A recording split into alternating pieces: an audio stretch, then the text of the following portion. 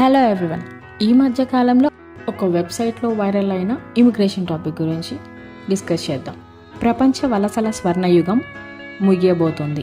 The golden age of global migration is ending అంటూ భారతదేశం క్షీణత వలసల కఠినతపై reddit.com వెబ్సైట్ ఒక పోస్ట్ను రిలీజ్ చేసింది. ఒక వైడ్ రేంజ్లో ఈ పోస్ట్ని అయితే షేర్ చేస్తూ ఉన్నారు.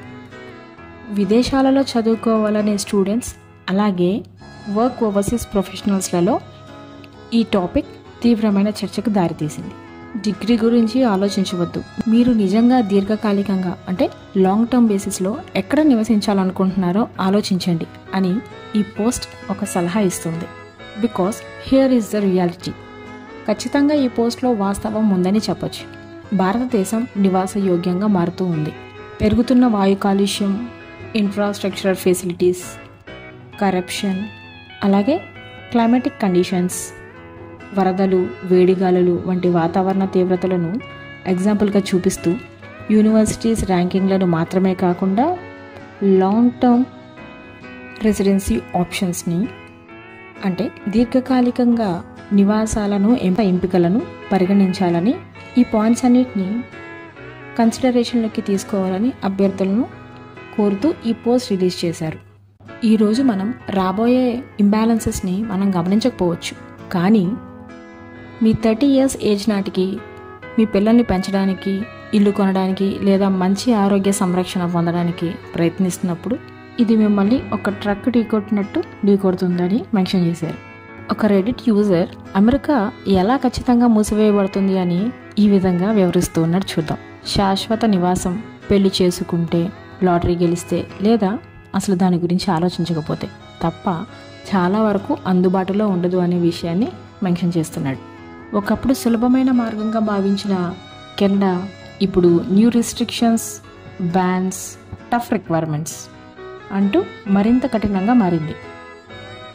While comparative to Germany, Australia మరియు ఇంగ్లాండ్ వంటి దేశాలు ఇప్పటికీ కొన్ని మార్గాలను అందిస్తున్నప్పటికీ అవి మరింత కాంపిటేటివ్గా మారుతూ వస్తున్నాయి. ఈ పోస్ట్లో ఇంకొక లైన్ ఏ విధంగా ఉందంటే, మీరు గ్రాడ్యుయేట్ డిగ్రీ అయినా కంప్లీట్ చేయొచ్చు, కానీ ఈ వీసా లింబోలో మాత్రం పడిపోతే మీరు లైఫ్లో సెటిల్ అవ్వడానికి మాత్రం ప్లాన్ చేయడం చాలా కష్టమవుతుంది. ఒక మెయిన్ కోర్ అడ్వైస్ కూడా ఇస్తుంది, లాంగ్ టర్మ్గా ఆలోచించండి. ఎవరినైనా సలహా కోసం అడిగినప్పుడు ది బెస్ట్ యూనివర్సిటీ ఎక్కడ ఉంది అని మాత్రమే అడగకండి. అలాగే నేను నా లైఫ్ని ఎక్కడ బిల్డ్ చేసుకోగలను అని కూడా అడిగి చూడండి అంటూ ఈ పోస్ట్ని ఇక్కడితో ముగించింది. ఈ ఒక్క పోస్ట్తో ఒక పెద్ద చర్చకు దారితీసింది. ఈ పోస్ట్కి కానీ ఒక యూజర్ ఎలా రిప్లై ఇచ్చారో చూద్దాం. 2030 నాటికి స్టడీస్ అలాగే జాబ్స్ కోసమని విదేశాలకు వెళ్ళడం సాధారణ విషయం అయితే కాదు. మీరు ధనవంతులు అయి ఉండి 45 కోట్లకు పైగా డబ్బుతో వలస వెళితే తప్ప ఇండియన్స్కి ప్రత్యేకంగా విండోస్ మూసుకుపోతున్నాయి అని రిప్లై ఇచ్చాడు. సో ఫైనలీ మీరు వలస వెళ్ళాలనుకుంటే వీలైనంత త్వరగా దాన్ని చేసేయండి. ఎందుకంటే రాబోయే 5 సంవత్సరాలలో ఆపర్చునిటీస్ అనేవి ఖచ్చితంగా డిసపియర్ అయిపోతాయి అని ఇంకొక యూజర్ తన అభిప్రాయాన్ని షేర్ చేయడం జరిగింది.